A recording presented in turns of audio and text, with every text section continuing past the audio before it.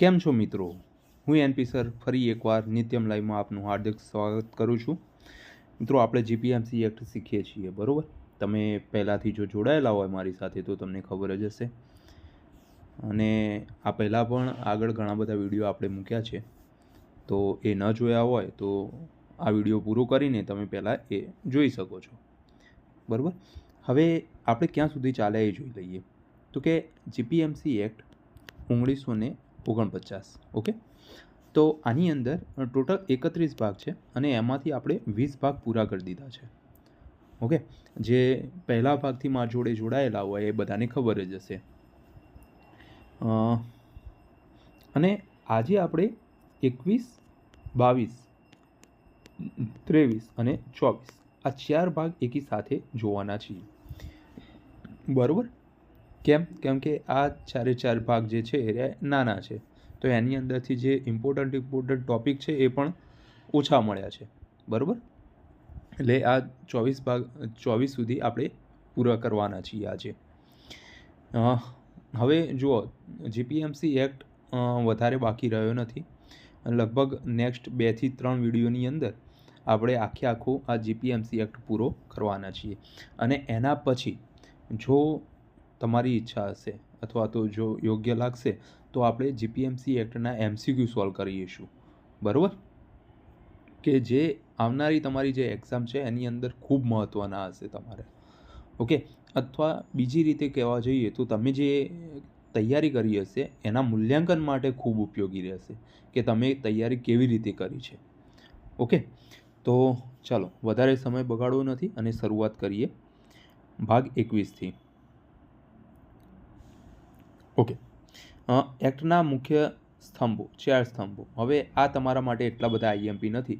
જન્મ મરણ નોંધણી, વ્યવસાયિક અધિનિયમ, નિયમનો, નાગરિક જગ્યાઓનું નિયમન, વહીવટી સત્તા અને નાગરિક સુરક્ષા, આ બધી કલમો છે. એટલી બધી આપણા માટે આઈએમપી નથી, એટલે આપણે આગળની સ્લાઇડ જોઈશું. આ સ્લાઇડ તમારા માટે મોસ્ટ આઈએમપી છે મિત્રો. સૌથી પહેલાં તો જન્મ મરણની નોંધણી આપણે કોના જોડે કરાવીએ છીએ? તો કે રજિસ્ટ્રારો જોડે કરાવીએ છીએ. પરંતુ એ રજિસ્ટ્રારોની નિમણૂક કોણ કરે છે એ ખબર છે બધાને? તો કે કમિશનર. હવે આ કમિશનર તો હવે બધાને ખબર હશે, હા. તો કમિશનર રજિસ્ટ્રારની નિમણૂક કરે છે. પરંતુ એ રજિસ્ટ્રાર તરીકે કોણ હોય છે? તો કે મુખ્ય રજિસ્ટ્રાર તરીકે કોણ હોય છે? તો કે આરોગ્યના તબીબી અધિકારી, કે જે શહેરના રજિસ્ટ્રાર જનરલ તરીકે કાર્ય કરે છે. એમની નિમણૂક કમિશનર કરે છે અને એમના નીચે અલગ અલગ વિભાગીય રજિસ્ટ્રારો હોય છે, ઓકે. તો આ જે સ્લાઇડ છે એ તમારા માટે આઈએમપી છે. અંદરથી એ રીતે પ્રશ્ન પૂછાઈ શકે કે રજિસ્ટ્રાર જનરલની નિમણૂક કોણ કરે છે? તો કે કમિશનર કરે છે. અથવા તો રજિસ્ટ્રાર જનરલ તરીકે કોણ હોય છે? તો કે આરોગ્યના તબીબી અધિકારી હોય છે, ઓકે. હવે આ જે રજિસ્ટ્રાર જનરલ જે હોય એમની ફરજ શું હોય? તો કે જન્મના અલગ રજિસ્ટર બુક્સ અને મરણના અલગ રજિસ્ટર બુક્સ નિભાવવા, બરાબર? જન્મના બુક્સ અલગ રજિસ્ટર અને મરણનું અલગ રજિસ્ટર એ નિભાવવાનું કામ કરે છે. શહેરને યોગ્ય લાગે તેવા વિભાગોમાં વહેંચી શકાશે અને પ્રત્યેક વિભાગ માટે યોગ્ય જગ્યા સ્ટેશન મુકરર કરી શકાશે, ઓકે. તો આ સ્લાઇડ તમારા માટે આઈએમપી છે. આરોગ્યના તબીબી અધિકારી રજિસ્ટ્રાર જનરલ તરીકે, એમની નિમણૂક કરશે કમિશનર અને એમનું કામ શું હોય છે? જન્મનું રજિસ્ટર અને મરણના રજિસ્ટર નિભાવવાનું, ઓકે. ચાલો, એના પછી આ બીજી સ્લાઇડ મોસ્ટ આઈએમપી છે તમારા માટે. શું છે? તો કે જ્યારે કોઈ જન્મની માહિતી હોય, મતલબ કે કોઈ બાળકનો જન્મ થયો છે તો એ જન્મની નોંધણી કેટલા દિવસની અંદર કરાવવી જોઈએ? તો કે 7 દિવસની અંદર કરાવવી જોઈએ. 1 મિનિટ, અલગ કલર આપણે યુઝ કરીએ. ચાલો, 7 દિવસની અંદર જન્મની માહિતી મતલબ કે જન્મની નોંધણી કરાવવી જોઈએ, જે કલમ નંબર 366ની અંદર આપેલું છે. આ કલમો જે છે એ રહી આ કલમો આઈએમપી છે, બરાબર. હવે એ જન્મની નોંધણી કરાવવા માટેની જવાબદાર વ્યક્તિ કોણ હશે? તો કે સૌથી પહેલાં તો જે બાળકનો જન્મ થયો છે એના માતા પિતા. ઓકે. જો એના માતા પિતા નથી તો પરિસરના કબજેદાર, મતલબ કે એ જે બાળકનો જન્મ જે તે જગ્યાએ થયો છે એ પરિસરના કબજેદાર જે છે એ જવાબદાર વ્યક્તિ કહેવાય નોંધણી કરાવવા માટેની. જો એ પણ નથી તો કે હાજર હવાલો ધરાવતી વ્યક્તિ, મતલબ કે કબજેદાર એના નીચે કોઈ વ્યક્તિને હવાલો સોંપ્યો હોય તો એ રહી વ્યક્તિ. ઓકે. તો અહીંયા તમને યાદ શું રાખવાનું છે કે જન્મની માહિતી જન્મની નોંધણી કેટલા દિવસની અંદર કરાવવી ફરજિયાત છે?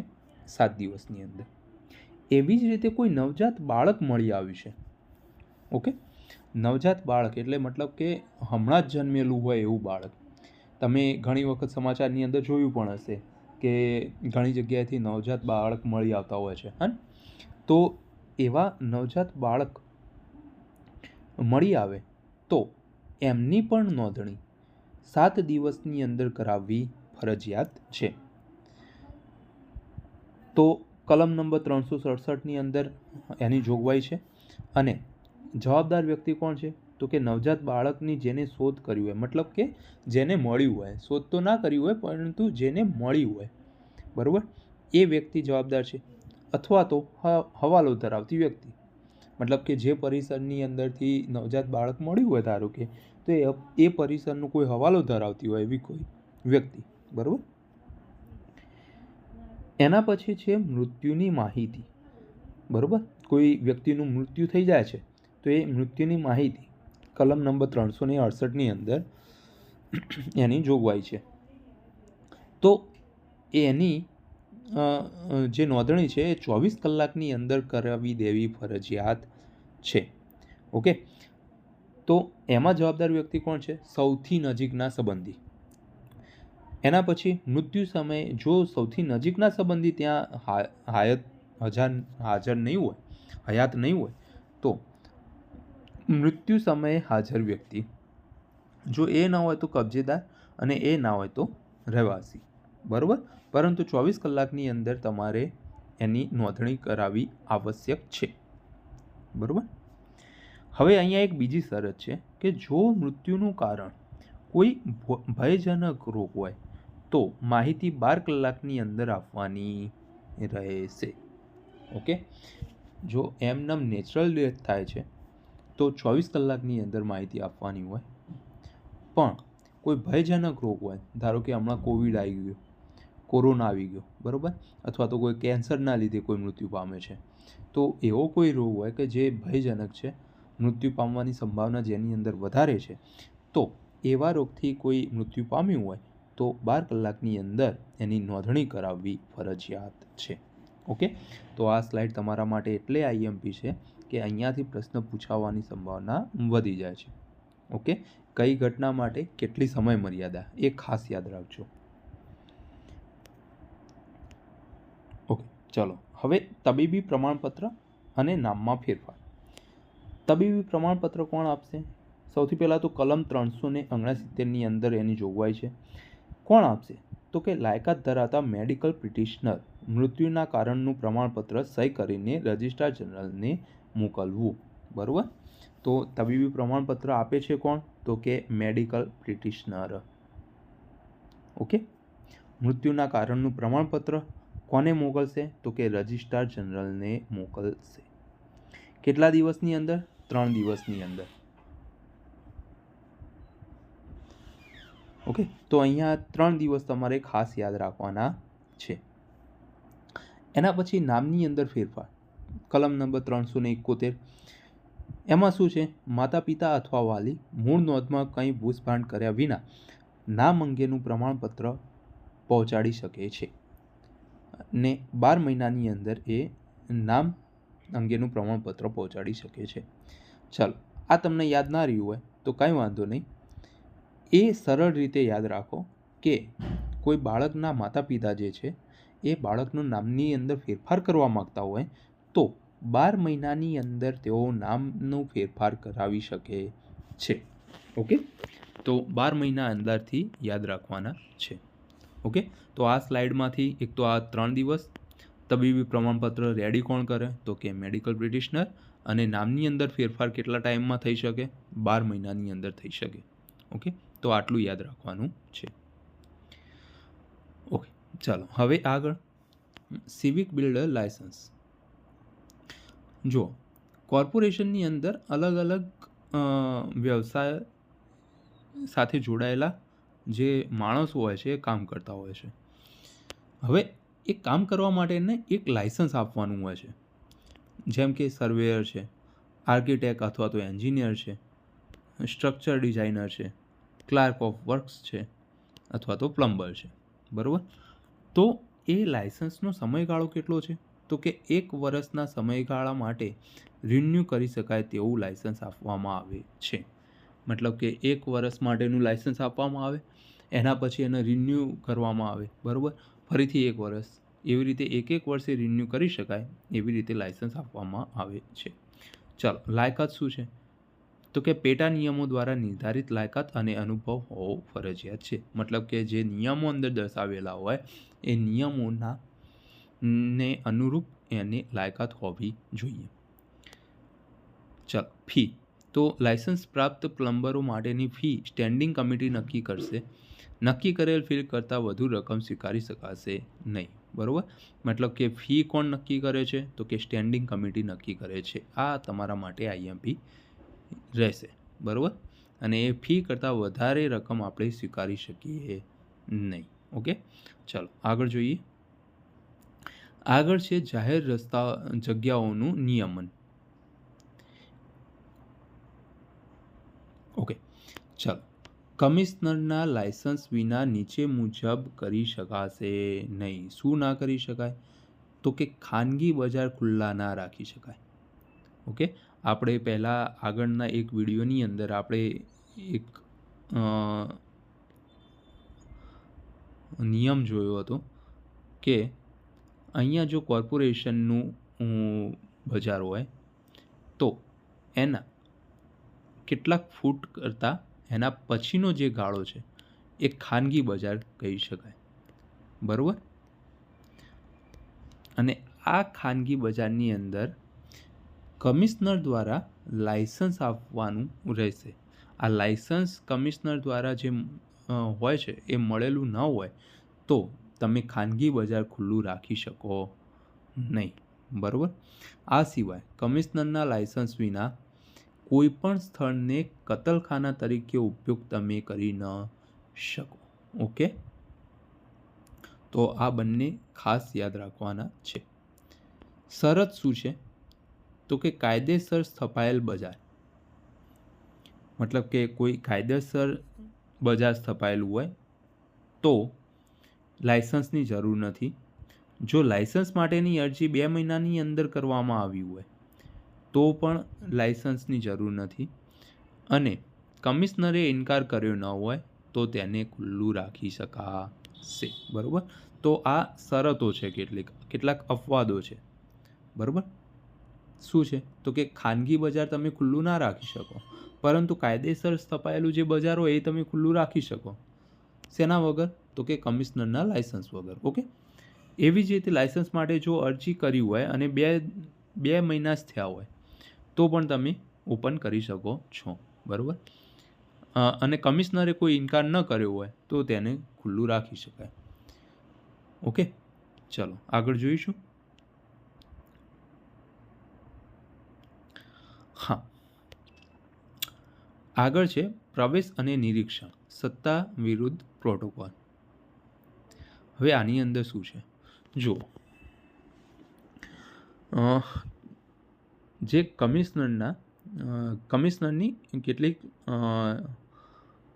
વિશેષાધિકાર છે અથવા તો કોર્પોરેશનના અમુક જે અધિકારીઓ છે એને વિશેષાધિકાર આપેલા છે કે કોર્પોરેશનની અમુક જે સંપત્તિ હોય કે કોઈ બિલ્ડિંગ હોય, બરાબર, કોઈ ઇમારત હોય, કોઈ જમીન હોય, તો એવી જગ્યાએ એ પોતાનું નિરીક્ષણ કરી શકે. મતલબ કે એનું ઓબ્ઝર્વેશન કરી શકે. બરાબર, એની તપાસ કરી શકે, બધું કરી શકે. કોર્પોરેશને કોઈ આવાસ મકાનો બનાવ્યા હોય તો એ મકાનોની અંદર જઈને પણ એ રહ્યા ઓબ્ઝર્વેશન કરી શકે, નિરીક્ષણ કરી શકે, તપાસ કરી શકે. બરાબર? કે ગવર્મેન્ટે જે લોકોને આપ્યા છે મકાન, ખુદ એ લોકો અંદર રહે છે કે નહીં. બરાબર? તમે ઘણી જગ્યાએ એવું સાંભળ્યું પણ હશે કે ઘણા લોકો આવાસ મળ્યા હોવા છતાં એ બહાર રહેતા હોય અને આવાસનું ઘર એમને ભાડે આપેલું હોય. બરાબર? તો આની અંદર એવું લખેલું છે આ નિયમની અંદર કે જે કોર્પોરેશનના જે અધિકારીઓ હોય એમને કેટલીક વિશેષ સત્તાઓ આપેલી છે કે તેઓ એ જે તે જગ્યાએ જઈને મોજણી કરી શકે, માપણી કરી શકે, મૂલ્યાંકન કરી શકે, નિરીક્ષણ કે તપાસ પણ કરી શકે છે. ઓકે, તો સૌથી પહેલાં તો આ પ્રવેશના હેતુઓ કલમ 387ની અંદર છે. ક્યારે કરી શકે? તો કે પ્રવેશનો સમય ક્યારે હોય? સૂર્યાસ્ત અને સૂર્યોદય વચ્ચેનું, એટલે કે માત્ર દિવસે તમે કરી શકો. ઓકે, મતલબ કે રાત્રે કોઈ તપાસ કરવા નહીં જાય.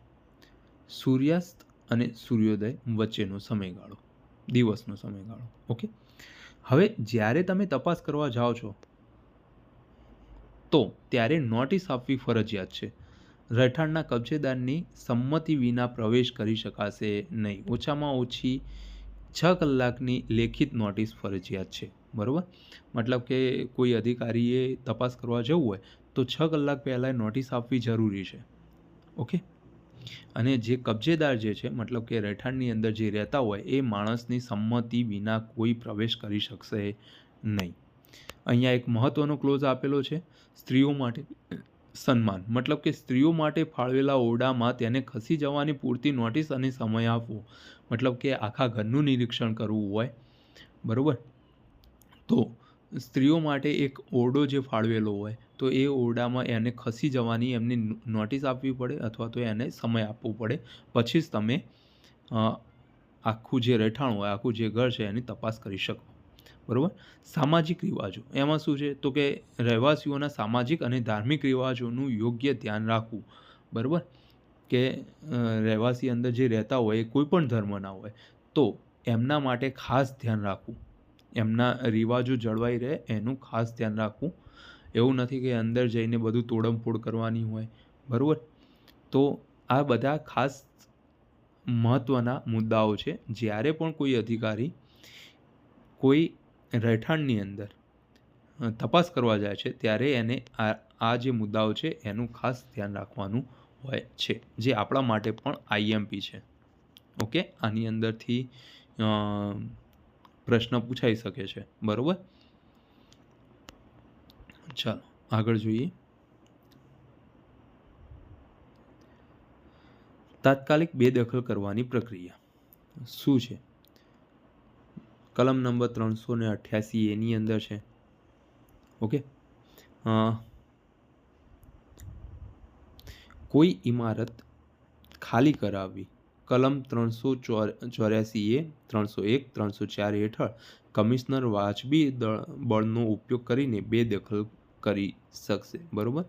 કોઈ ઇમારતમાંથી અથવા તો કોઈ રહેઠાણમાંથી કમિશનર જે તે વ્યક્તિને તેમાંથી બેદખલ કરી શકશે, ઇમારત ખાલી કરાવી શકશે. ઓકે, 15 દિવસની નોટિસ. બેદખલ કરાયેલા વ્યક્તિને મિલકત હટાવવા માટે 15 દિવસની સ્પષ્ટ નોટિસ અપાશે. મતલબ કે એ જે વ્યક્તિને બેદખલ કર્યો છે તો એને એની મિલકત હટાવી લેવા માટે 15 દિવસની નોટિસ આપવામાં આવે છે કે 15 દિવસની અંદર તમારે જે પણ સામાન છે એ રહેઠાણનો એરિયો હટાવી લેવો પડશે. બરાબર? જાહેર અરજી. નોટિસ બાદ પણ મિલકત ન હટાવાય તો કમિશનર જાહેર અરજી દ્વારા તેનો નિકાલ કરશે. બરાબર? 15 દિવસની તમે નોટિસ આપો છો કે અંદરથી તમે સામાન બધો તમારો જે સામાન હોય એ અંદરથી નીકાળી દો, મતલબ કે ખાલી કરી નાખો એ રહેઠાણ. તેમ છતાં કોઈ ખાલી કરતું નથી તો જાહેર અરજી દ્વારા કમિશનર એનો નિકાલ કરી શકશે. બરાબર? હકદારની ચૂકવણી. વેચાણ ખર્ચ બાદ કર્યા પછી બાકીની રકમ હકદાર વ્યક્તિને ચૂકવવામાં આવશે. બરાબર? હવે કોઈ લેણાની રકમ બાકી હોય, કોઈ લેણાની રકમ બાકી હોય અને એ જે રહેઠાણની અંદર રહેતો હોય કોઈ માણસ, ઓકે, તો એ જે રહેઠાણ છે એને વેચાણ કરી પછી વેચાણ ખર્ચ બાદ કર્યા પછી જે બાકીની રકમ જે હોય એ હકદાર વ્યક્તિને ચૂકવવામાં આવે છે અને જે રકમ મળે છે એ કોર્પોરેશન જે આપવાની હોય એ કોર્પોરેશનના ફંડમાં જતી રહે છે અને જે વધે છે એને પાછી આપવાની હોય છે. બરાબર? ઓકે. એના પછી છે વહીવટી જવાબદારી અને નાગરિક સુરક્ષા. શું છે એમાં? ઓછામાં ઓછું નુકસાન. મ્યુનિસિપલ સત્તાવાળાઓની ફરજ એ છે કે કામગીરી કરતી વખતે શક્ય એટલું ઓછું નુકસાન થાય. મતલબ કે તમે કોઈ પણ જગ્યાએ જાઓ છો, કમિશનર, ઓકે, અથવા તો કોઈ અધિકારી જે મ્યુનિસિપલ કોર્પોરેશનનું હોય, તો કોઈ પણ જગ્યાએ તપાસ કરવા માટે જાય તો ઓછામાં ઓછું નુકસાન થાય એવું અહીંયા કહેલું છે. બરાબર? કલમ નંબર 389માં. વળતર નક્કી કરવાની સત્તા. કોઈ નુકસાન થાય તો કમિશનર પ્રાથમિક સત્તા તરીકે વળતરની રકમ નક્કી કરશે. મતલબ કે કોઈ આવી રીતે તપાસ કરવા ગયા હોય અને એનાથી કોઈ નુકસાન થઈ જાય છે ઘરની અંદર, તો એના માટે કમિશનર એનું વળતર નક્કી કરે છે. બરાબર? કલમ નંબર 390ની અંદર છે. ઓકે. એના પછી છે અપીલનો અધિકાર. લોકશાહી ઢાંચા મુજબ જો નાગરિક કમિશનરના વળતરથી સંતુષ્ટ ન હોય તો જજ સમક્ષ અપીલ કરવાનો કાનૂની અધિકાર છે. ઓકે. કોઈ જગ્યાએ તમે ઇન્સ્પેક્શન કરવા ગયા છો અને તમારાથી કોઈ નુકસાન થઈ ગયું છે કોઈ રહેઠાણની અંદર, તો કમિશનર એ વળતર કોને ચૂકવશે? તો એ રહેઠાણની અંદર જે રહેતા હોય એ વ્યક્તિને ચૂકવશે. બરાબર? જે કબજેદાર હશે એને ચૂકવશે અથવા તો કોઈ માલિક ન ચૂકવશે. પણ એ માલિક એ વળતરથી સંતુષ્ટ ન હોય તો એ અપીલ કરશે. કોને? તો કે જજને કરશે. બરાબર? તો એ અપીલનો અધિકાર 391ની અંદર છે. ઓકે. એના પછી આપણે જે કંઈ આપણે ભણી ગયા એનો એક સારાંશ છે. બરાબર? આપણે દરેક વિડીયોની અંદર છેલ્લે એક સ્લાઇડ તો આવે છે. બરાબર? તો આ સ્લાઇડ પણ તમારા માટે આઈએમપી જ છે. ઓકે. શું છે? તો કે 12 કલાક, તો કે ભયજનક રોગની મૃત્યુની જાણ. મતલબ કે આપણે આગળ જોઈ ગયા છીએ કે ભયજનક રોગથી કોઈ મૃત્યુ પામે છે તો 12 કલાકની અંદર એની જાણ કરવી પડે. એવી જ રીતે સામાન્ય મૃત્યુ થાય છે, બરાબર, તો એ 24 કલાકની અંદર એની જાણ કરવી પડે. એના પછી તબીબી કારણનું પ્રમાણપત્ર કેટલા દિવસની અંદર? 3 દિવસની અંદર રજૂ કરશે. કોણ કરશે? તો કે જે પિટિશનર હતો, મેડિકલ પિટિશનર, એ રજૂ કરે છે. કોને? તો કે જે રજિસ્ટ્રાર હોય છે એને. ઓકે. એ પણ આપણે જોઈ ગયા. એના પછી છે જન્મની નોંધણી નવજાત બાળક મળ્યાની જાણ કેટલા દિવસની અંદર કરાવવી પડે? 7 દિવસની અંદર. પછી છે બેદખલ કર્યા પછી મિલકત હટાવવાની નોટિસ 15 દિવસની અંદર નોટિસ આપવી પડે. એના પછી તમે એની મિલકત હટાવી શકો છો. ઓકે. એ પણ જોઈ ગયા. એના પછી છે બજાર લાયસન્સ માટેની અરજીની ગ્રેસ પીરિયડ. તો બજાર લાયસન્સ માટે 2 મહિનાની અંદર અરજી આપવાની હોય છે. બરાબર? અને એ 2 મહિના કરતાં ઓછો ટાઈમ થયો હોય તો પણ તમે બજાર ઓપન કરી શકો છો. એ પણ આપણે જોઈ ગયા. એના પછી છે પ્રોફેશનલ લાયસન્સ રિન્યુઅલ, નામના ફેરફારની મર્યાદા. મતલબ કે નામની અંદર ફેરફાર કરવો હોય તો આપણે 12 મહિના જોયા હતા. 12 મહિનાની અંદર તમે કોઈ પણ વ્યક્તિનું, બાળકનું નામ ચેન્જ કરાવી શકો છો. બરાબર? તો અને પ્રોફેશનલ લાયસન્સ રિન્યુઅલ મતલબ કે કોર્પોરેશનની અંદર જે અલગ અલગ જે કામ કરતા હોય પ્લમ્બર ને એ બધા, એ પણ 1 વર્ષની અંદર એમનું રિન્યુઅલ હોય છે. બરાબર? તો એ પણ આપણે આગળ જોઈ ગયા હતા. હવે આ જે સ્લાઇડ છે એ એમનામ છે. તમારા જાણ ખાતર અહીંયા કેટલીક માહિતી આપી છે. એક બાજુ નાગરિકની ફરજો છે. કઈ? તો કે જન્મ મૃત્યુની સમયસર નોંધણી થાય. બરાબર? બીજું, વ્યવસાયિક લાયસન્સ મેળવવું. મતલબ કે જે લાયસન્સ ધરાવતા જે હોય અધિકારી, કર્મચારી અથવા તો કોઈ અન્ય વ્યક્તિ, એમને લાયસન્સ મેળવવું જરૂરી છે. એના પછી છે ખાનગી બજારો માટે કાયદાકીય મંજૂરી મેળવવી પણ જરૂરી છે. વહીવટી મર્યાદાઓ કઈ છે? તો કે પ્રવેશ માટે યોગ્ય નોટિસ આપવાની અને સમયની પાબંદી હોય છે. બરાબર? કોઈ જગ્યાએ તપાસ કરવા માટે જવું હોય તો એ રહેઠાણના જે માલિક હોય એને 6 કલાક પહેલાં એને નોટિસ આપવી પડે છે. બરાબર? એ આપણે જોઈ ગયા. એના પછી સ્ત્રીઓ અને ધાર્મિક રિવાજોનું સન્માન કરવું જરૂરી છે. ઓછું નુકસાન અને યોગ્ય વળતર, અને જો એ યોગ્ય વળતર ન મળે તો અપીલનો હક છે. બરાબર? તો અહીંયા આપણે કુલ 21, 22, 23 અને 24 આ 4 ભાગોનું જે આઈએમપી નોટ્સ હતી એ આપણે પૂરી કરી છે, બરાબર.